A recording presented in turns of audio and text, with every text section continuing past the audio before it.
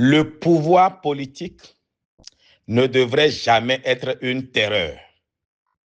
Signé Père Éric Aguenounon. Chers compatriotes, Bertin Corvier, mon nom.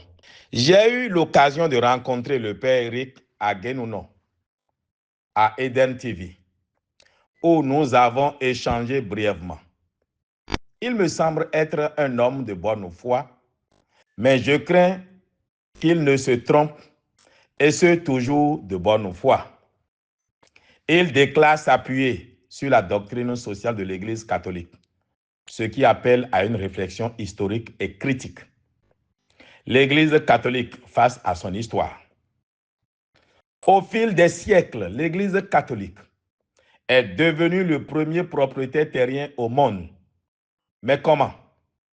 Par un processus souvent basé sur la dépossession des plus faibles, des pauvres pécheurs à qui l'on promettait le paradis.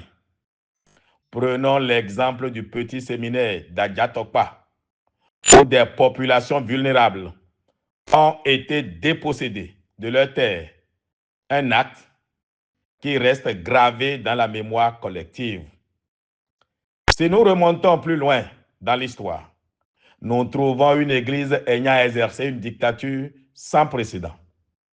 L'Inquisition a duré 400 ans, marquée par la terreur, la persécution et l'élimination de ceux qui osaient penser différemment.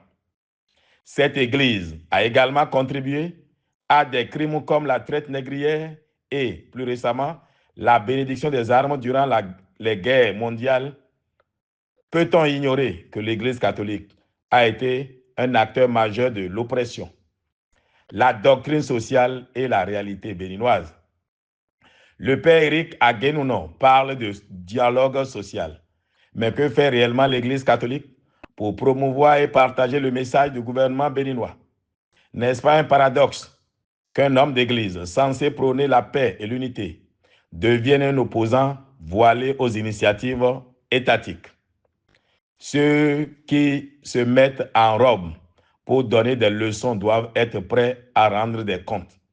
Si le Père Éric Aguenounon est convaincu de ces arguments, je l'invite à un débat public sur son livre. Il y a des réalités politiques, économiques et sociales qui semblent lui échapper. Alors, le peuple béninois ne se résume pas aux siècles qui le soutiennent. Une église loin de l'exemplarité.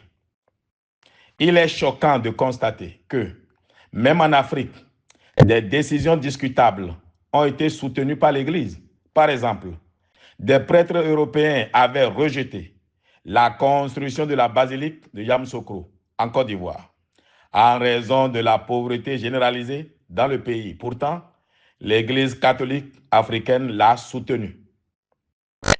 Une institution ayant un passé marqué par des atrocités de 2000 ans devrait faire preuve d'humilité. Si certains prêtres s'aventurent dans le domaine politique, nous n'hésiterons pas à démystifier l'Église catholique. Démocratie et cohérence. Le Père Éric Aguenounon critique le manque de liberté d'expression au Bénin. Pourtant, il jouit du droit de s'exprimer librement sans être persécuté. Je tiens à le rassurer, ce droit lui sera toujours garanti. Cependant, avant de parler de démocratie, l'Église devrait montrer l'exemple. Comment expliquer qu'au Vatican seul, les cardinaux soient éligibles et électeurs pour choisir le président de l'Église? Où est donc la démocratie qu'elle prône? Un appel au débat. Je suis prêt à offrir au Père Éric Aguenounon une opportunité de débattre de ces certitudes. Il semble croire que les leaders politiques actuels sont incapables d'aimer leur peuple. Pourtant, malgré la pauvreté qu'ils dénoncent, l'Église catholique continue de lever l'impôt spirituel chaque dimanche, promettant un paradis lointain à des fidèles appauvris. C'est au fruit que l'on reconnaît l'arbre. Matthieu 7, verset 20. Nous ne tolérons plus que des figures extérieures à la vie politique se présentent comme des donneurs de leçons sans examiner leurs propres incohérences. Dr Bertin Kouovi, psychologue de la communication, président du Défensorat du peuple béninois. Je vous remercie.